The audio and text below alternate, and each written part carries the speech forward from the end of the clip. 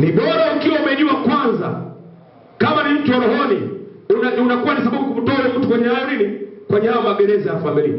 Ndio maana kuna watu familia zao wote ni maskini, lakini Mungu anamchagua mtu mmoja tu, anabadilisha historia ya hiyo familia na huo ukoo.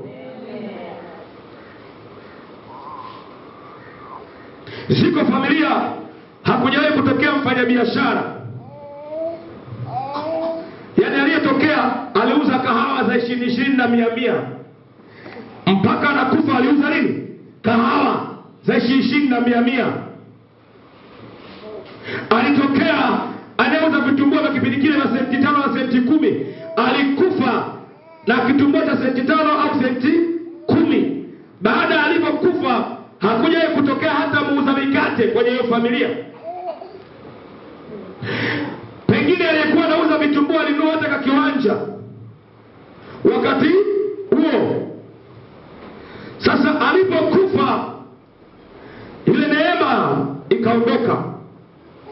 Sasa kwenye hiyo familia akitokea mtu ambaye anafanya biashara hata ya 200 tu, ikianza kuleta matokeo, roho za miungu ya familia, roho za miungu ya ukoo, roho za miungu ya vizazi inainuka kusema, kwenye familia yetu, kwenye ukoo huu hakuna mwenye uwezo wa kufanya biashara ya 200 kufanikiwa. Wewe umetolea wapi?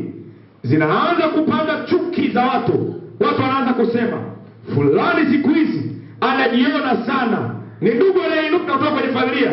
Ilikuwa ni misheni ya Mungu Paulo aende gerezani, Paulo na Sila aende gerezani, ateseke na kuteseka. Na misheni ya Mungu si sababu tu wao watoke gerezani.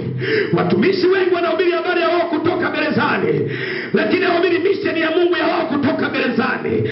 Misheni ya Mungu ya wao kutoka gerezani sio wao kuwa huru, maana walishakuwa huru kweli kweli, ingawa waliokamata wakaweka, lakini wao ni watu walio huru kimbingu.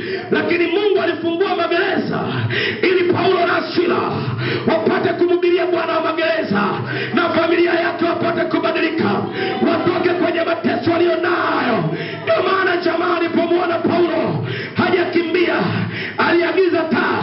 Maana yake nini? Kwenye kile chumba cha magereza hakukuwa na nuru, kulikuwa na giza.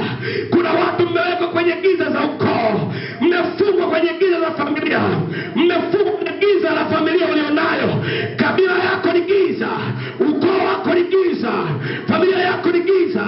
Inawezekana umefanikiwa, lakini bado umefanikiwa ndani ya giza.